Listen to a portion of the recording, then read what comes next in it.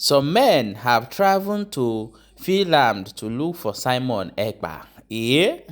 Where are they coming from and where are they going? They say that Simon Ekpa has been the problem in their land and they will make sure they carry and come back. Now, wow, I'm going to play you the video for you to watch. Welcome back to News Info. As that one, they happen for that place. Now, another one, see, they happen. They say that the unknown gunman is back. And right now, say, Nigeria Army, they run kitty for inside their checkpoint. Let me play the videos for you to watch before we come and continue. Watch the first video. Yes, I come to. Yes, I know now. Helsinki Airport now. Helsinki Airport. Yes, this is, you can see men. Men is here. I know now. Helsinki Airport. Yes, you can see them. So, Maketi, Enim, Simon Eba. I know Beggy. Yeah, Beggy Kaimo.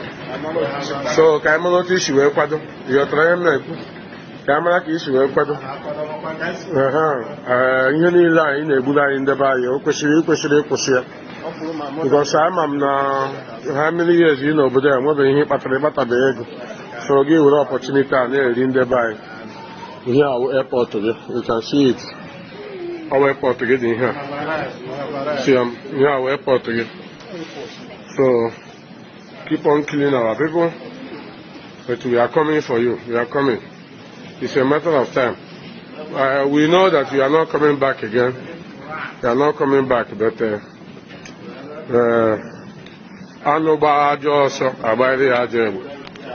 just keep on killing our people. Maybe there was a human sympathy because you think that you are not coming back home again. You think that you are not coming back home. Look at our airport. You got home. About the Finnish there. They were there on there. Look at you got here. You are airport again.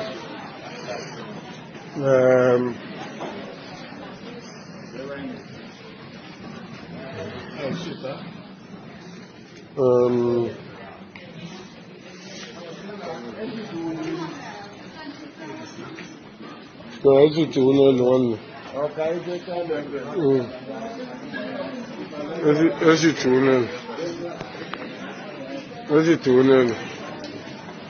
so here our airport again.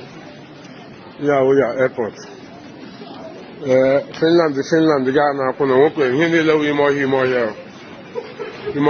Finland, the guy now put on Finland. The guy is a man. No wonder how that's about the guy because when they need people. I need to do shit like a girl. No, but that. I am a Haji not protect the guy. When in fact, I'm a European Union now, happy, but Padabata. Or Sinani must say to Finlandia. Somebody, we are coming. I'm going to keep on updating you people. I will keep on updating you people much and they will.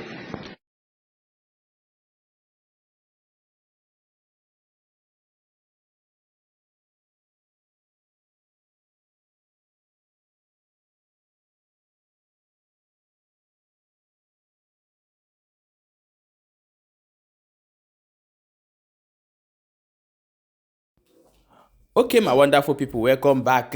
As you have watched that video, see how they are going for inside Finland to look for Simon Ekpa. I don't know what is really happening in this video, but this thing, it get me talking, get me thinking, why are they going to Finland?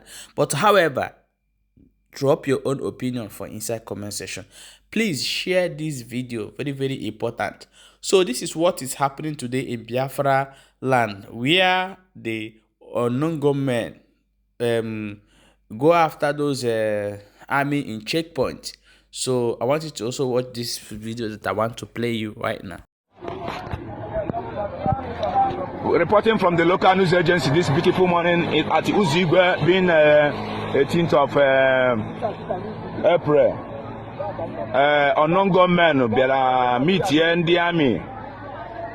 Ndami no wana no na Uzigwa kwa and the hand with a serious conflict. Yeah, the battle is very much.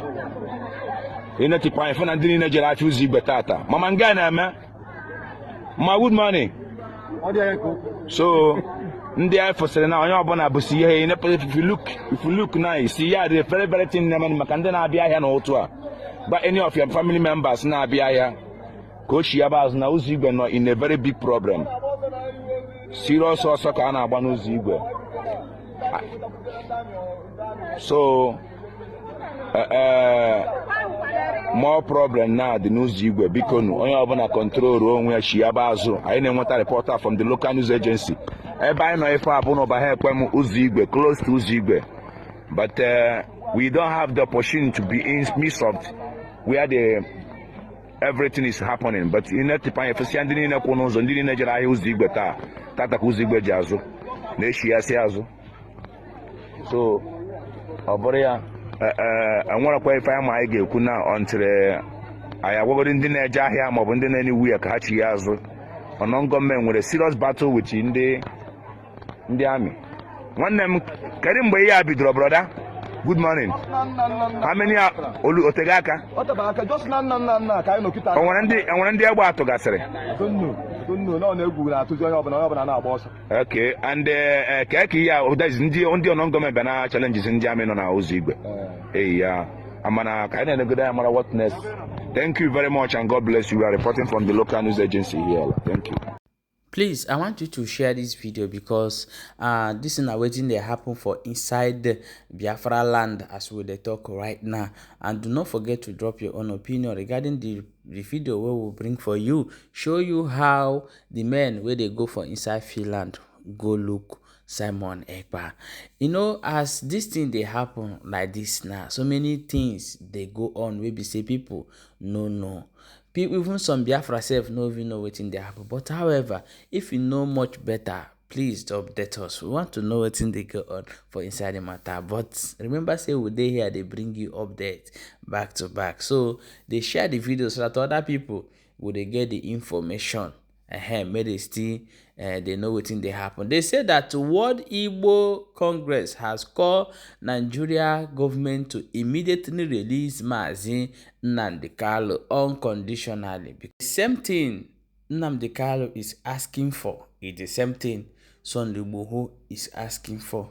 Why the Yorubas work and release Sunday Igboho, and why the Igbos holding Mazi Nnamdi Kanu? This is the question everybody is being asked. When you talk, they will ask you to go to Igbo people and tell them they are the one who is holding Mazi Nnamdi Kanu. And if you watch it, is true.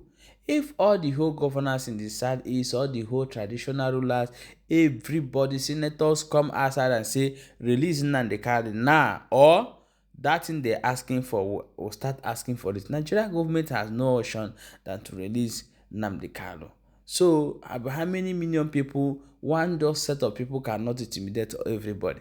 But however, it don't be like say it don't be. So, I beg, may you not forget to tell us your own opinion for all this matter, what we don't carry come for you. And subscribe to this channel, very, very important. We need it most. Subscribe so that other people will see the come inside the matter, follow the talk, because that the house no go dey boring.